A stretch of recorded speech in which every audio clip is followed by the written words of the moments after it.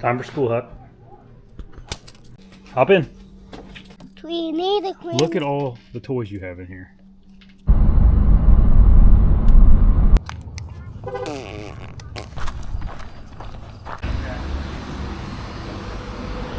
It's a big old dog. Hey folks, did you? Me and my dad are gonna make me and my mom are gonna make some lemonade for my dad. Thanks, buddy.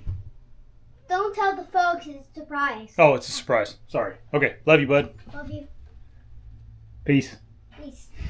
Peace out. Pee out. Ooh, you guys ready to go sweat? Heat advisory out today, and I didn't get around to going out scouting until about 1 o'clock, which is what time it is right now. But we're gonna get her in. It won't be too bad in the woods.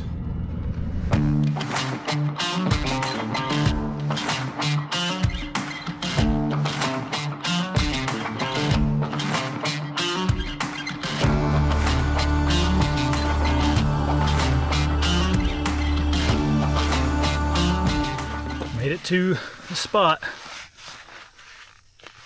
Didn't feel too bad out. My truck only said 84, so it's not too bad up here in the hills.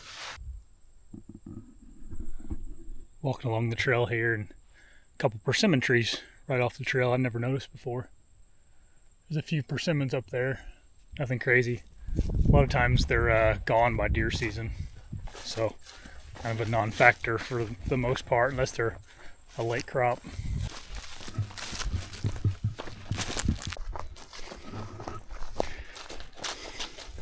Mosquitoes are horrible in here, man. Woo.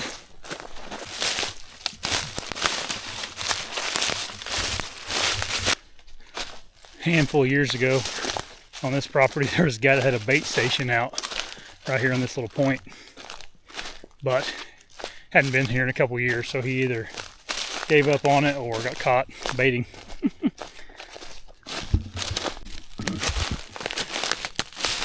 Okay, got a camera right up there. It was over this trail that comes through here, and there was a scrape over this little area right here, but didn't look like it got used much. There were some good rubs here, there's a big white oak over there.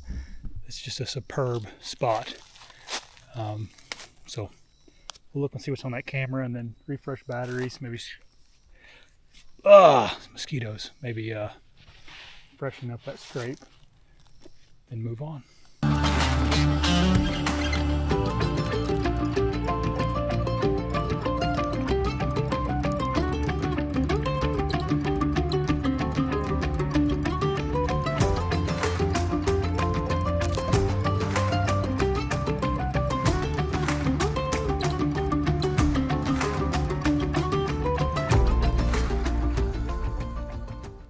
Look at that stud right there.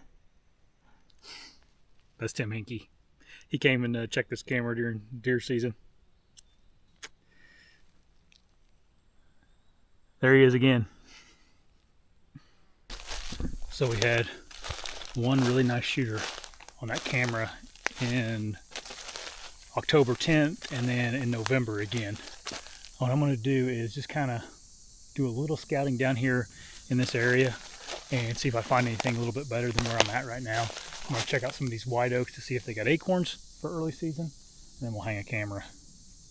What is unique about this spot, and I learned this from Andy May a little while back ago, but it's in a hub, and the ridge kind of makes a horseshoe around this hub.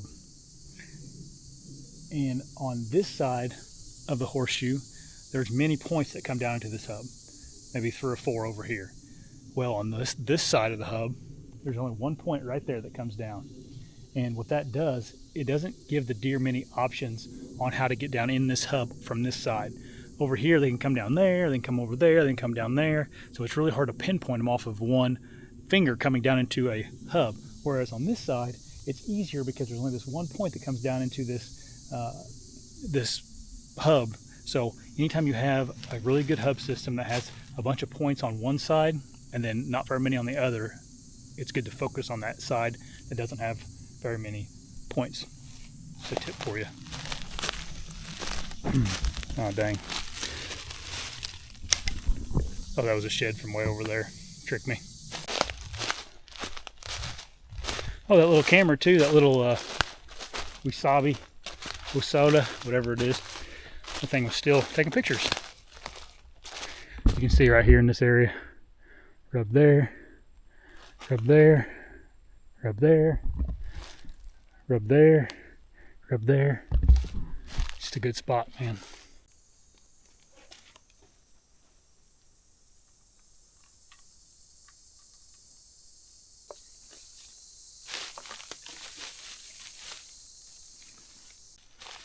This thing here is pretty cool. It's a laser pointer that the Good Sit Mobile makes. Brian from Good Sit Mobile makes this. You put it on your lens of your camera and it kind of points down to wherever your camera lens is pointing out, which I'm going to use it right now.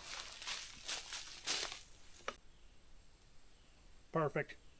I've gotten asked a few times on these vlogs about what I use for a mock scrape as far as scent goes, and I like to use, it's called DH3. Kevin from Deer Hunter Podcast makes it. It's a good product, and then I also use Buck Fever Synthetics. Those are the only two I've ever used. I don't really have any experience outside of that, and they both work really well. There's a lot of acorns laying on the ground right here. So maybe this white oak over here is starting to fall because those ones are fresh, like the storm blew them over or something.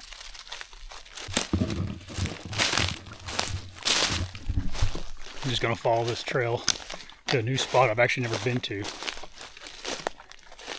See what it looks like over there. It's even farther back in here, so maybe it's even better.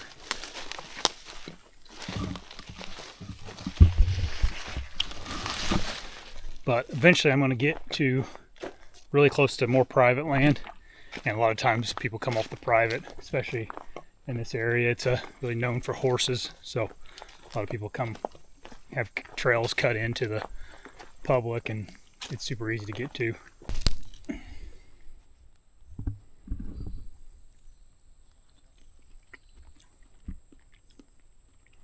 Anybody know what these are? I'll give you a nickel if you guess in the comments what that was I just ate.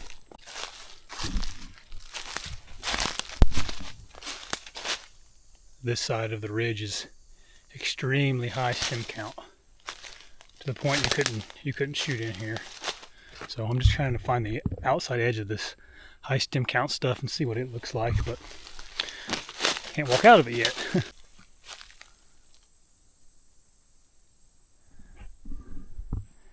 See that cell camera right there?